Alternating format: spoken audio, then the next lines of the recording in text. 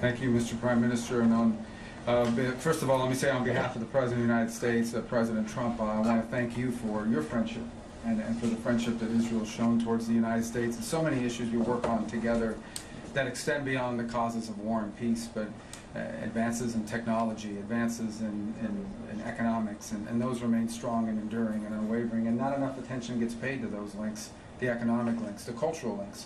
We're here today, by the way, later this evening to inaugurate and to open to the world perhaps one of the most important archaeological sites in the planet, and one that has deep meaning to so many people in the United States as well, in the Pilgrim's Road over at the City of David. And so it's an honor to be here and be a part of that.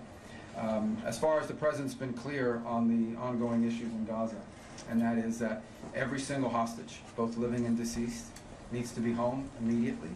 Hamas can no longer continue to exist as an armed element that threatens the peace and security, not just of Israel, but of the world, and that the people of Gaza deserve a better future, one that cannot begin until Hamas is eliminated and until all of the hostages, both living and deceased, are home.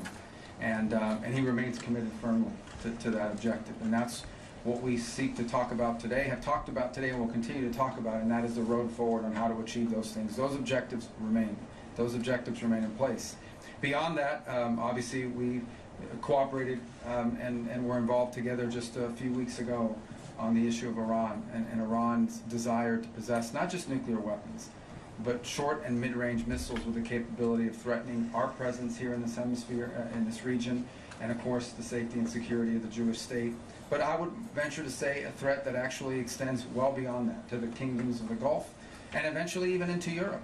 In fact, some of the missiles they're trying to develop now can already range countries in Europe. And so a nuclear Iran, governed by a radical Shia cleric, that possesses not just nuclear weapons potentially, but the missiles that could deliver those weapons far away, is an unacceptable risk, not just for Israel, not just for the United States, but for the world.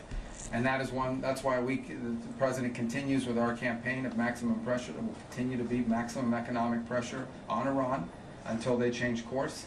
That's why we are encouraged to see our partners in Europe begin the process of snapping back sanctions on Iran. They are clearly out of compliance with what was already a flawed deal to begin with, and we encourage them to continue down that road. We 100% support that. That is exactly what needs to happen, and we remain firmly committed, as I said, to the President's objective, which he's been abundantly clear on, and I want to repeat. At the end of the day, no matter what has happened or happens, the objective remains the same, and that is all 48 of those hostages, both living and deceased, need to be home. They need to be returned. They never should have been taken. What happened on October 7th was an act of unparalleled barbarism, and what's happened since then have been repeated acts of unparalleled barbarism on the part of Hamas. Hamas needs to cease to exist as an armed element that can threaten the peace and security of the region, and the people of Gaza deserve a better future, but that better future cannot begin until Hamas is eliminated. That better future and that kind of peace is not even possible until the hostages are released, all of them, every single one. And so that's what we continue to be focused on. That's what the President wants to see happen, and that's what you can count on our unwavering support and commitment to see come to fruition. Thank you. Thank you very much.